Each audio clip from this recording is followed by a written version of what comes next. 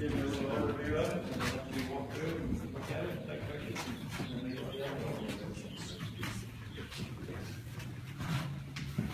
Wow.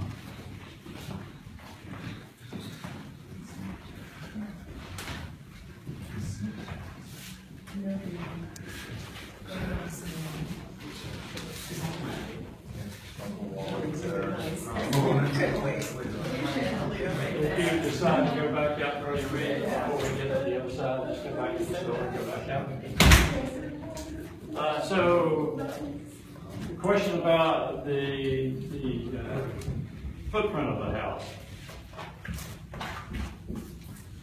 Up until 1869, this is what the footprint of the house looks like.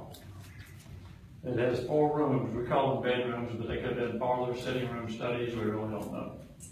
And you're in one of them. You're in this little room here now. It has a main room, which we'll go into here. It has a upstairs that covers the main room, and we have a basement underneath us. The last family to live here and to own the entire island was the Rollins family, John Rollins.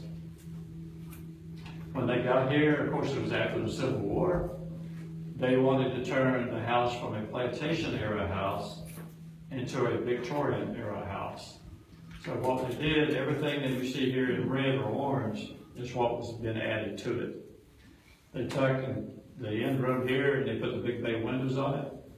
They took and added a room between the other 2 rooms. A stairwell was on the back porch originally to get upstairs. So they didn't like that. So they built an internal stairwell, and it effectively cut the big room in half. It also does the same thing for upstairs, so it cuts it in half too. And then they built a room on the other end in the same position of this, they just didn't put the big bay windows on it. So this went from about 2,800 square feet to about 3,300 square feet. Originally, in this configuration, you could not get from room to room to room inside this house. To get to this bedroom over here, you had to go out this door onto the porch. From the porch and this door into this room. From this room out that door onto that porch. From that porch into that door into that bedroom. If you wanted to go upstairs, you had to go outside. If you wanted to go to the basement, you had to go outside. Mrs. Rollins didn't like that, evidently.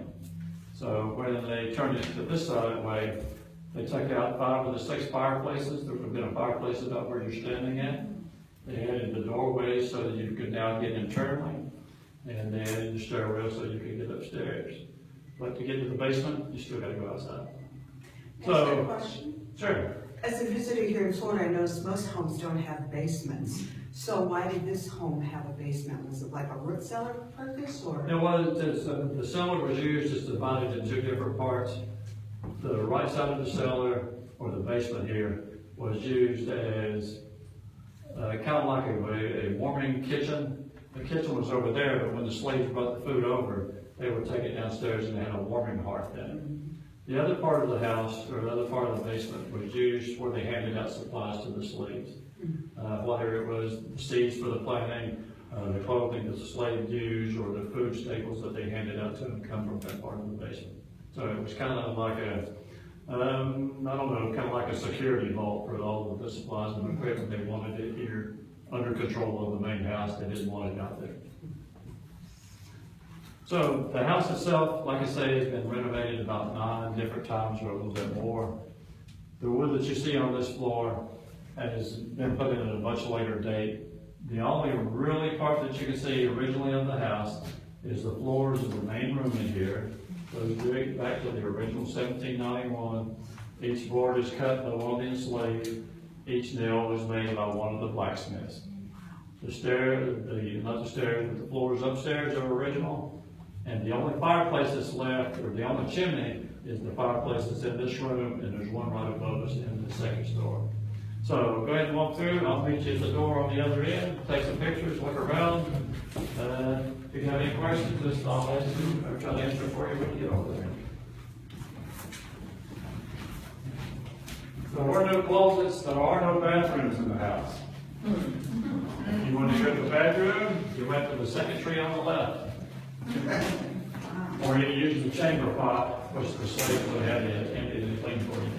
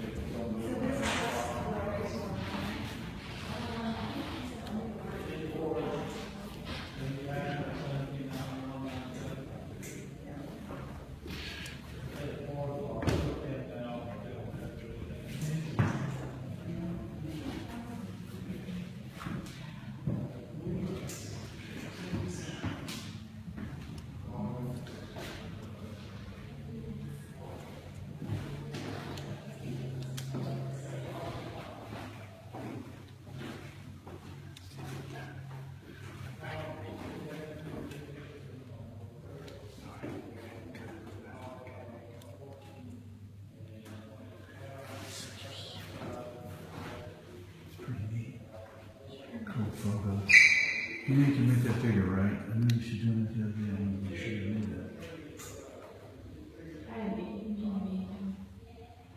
But we don't have to, you can just do that.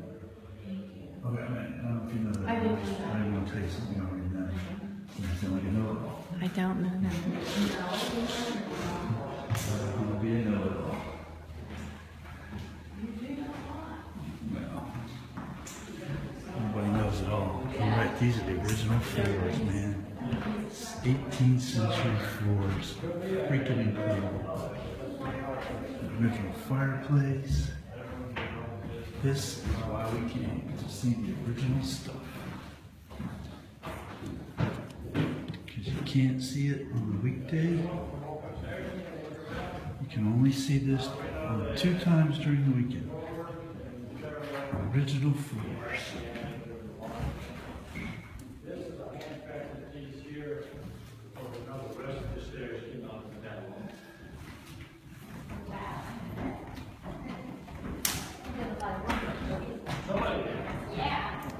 Can't get enough of these shots here. Along through the fifth owners. That was recognized. Is this still part of the original floor? It is. Oh, wow. Yeah, and the upstairs floor is also.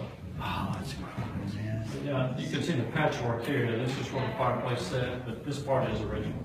I kind of like that there's no furniture because everywhere we go, they brought in furniture, period furniture, but it's not the original stuff that was there from whomever lived there. Actually, when the state park on it, they had period furniture.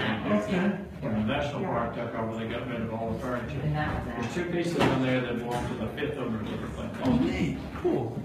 I was gonna say, I don't think we've ever seen one like this, you know, that didn't have anything in Full of it. furniture. It's pretty cool. Yeah, and they said it was period furniture, but it wasn't connected to anybody. Right, right, and that's typically the way it is. Oh, neat.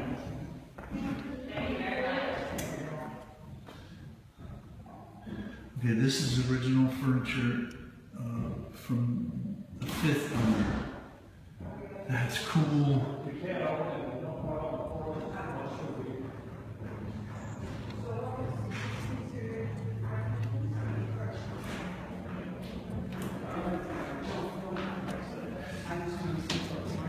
No, this is the one interesting. So this is the front entrance. Yeah. Didn't matter which door you came in. Windows, like they're maybe, they're not perfect panes. He said there's 2 pieces of furniture in the house, and they belong to the fifth owner. And they're downstairs in that room over there. Oh, very cool. Original furniture. I mean, original flooring. An original chimney. Outstanding. Outstanding.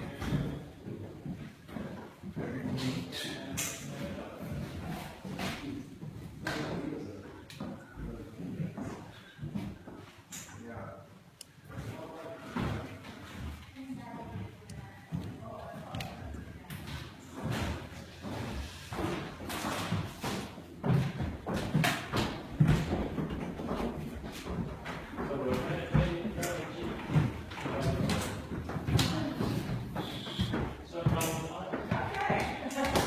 Original flooring again. Crazy cool stuff. Original floors. I like these outside the window shots. Really neat. And they started selling off lots of it, and it got to the point where much of it, this building was sold to a couple of gentlemen, and those gentlemen turned it into a country club. This was the clubhouse. It was originally called the Army Navy Club because one of the people that bought it was a vice admiral retired, and you could rent rooms for $7 a night. And it was doing such a good business in the 1920s, late 20s and 30s, before the Depression hit. They built that visitor center, which we call the visitor center. They built it in 1927, and that became the clubhouse. And they changed the name to the Fort George Club. That club system lasted till to the fifties. During the thirties or so, the Depression hit, membership died away, and it kind of lingered around until the fifties. 1955, what was left of it was donated to the Florida State Park, so it became a Florida State Park at that time. In 1988, it was turned over to the National Park System when it became part of the Timaquan Preserve. It wasn't until 1991 that it actually became the Kingsley Plantation. Before that, it was known as the Fort George Plantation, or it was simply known as the Homestead. So that kind of brings you from the inception all the way through the present time. Didn't talk a lot about slaves, and we don't usually do that. But through this island alone, like I say, between 11 and 1,200 slaves that passed through here. Slaves were brought here against their will, forced to work here. It was a plantation for the purpose of making money for the owners. We do know that there is a cemetery between the parking lot and the slave quarters. So we know that some of the slaves that got here never left. They're still here. Some of them were born here. And even up until the 1920s and 30s, when the club system was here, people still lived in those slave quarters. And they worked as part of the club system as housekeepers and maids and things like that. So those slave quarters lived all the way up until probably 1935 or so, something like that. But today, as you're out walking around, the beautiful scenery and the water and all that, take it all in. But just give a little bit of thought to the slaves that were here. As you pass by, as you're walking around, don't be too freaked out. When the kids ask about it, I tell them don't worry about, there's no hand going to come up and grab a hold of you. I live here on the plantation. I live in the building over there. Lived here for a couple of years, and I've never seen anything out of the ordinary other than the peacocks making noises, the armadillos running around, things like that. Never seen ghosts, never seen anything, never heard anything that would make me think it's haunted. But people say that it is. I don't disbelieve it. Some people are more in tune to that sort of thing. They say that there's a presence in the first room that we came in, and there's a presence in the kitchen house. Beyond that, I don't know of any ghost stories to tell you. Right, thanks for coming. Enjoy the rest of your day. Thank you. And you're quite welcome. And Did you see we'll go the out to school furniture? right here. It's right there to the right. You want to see it? I'll go see.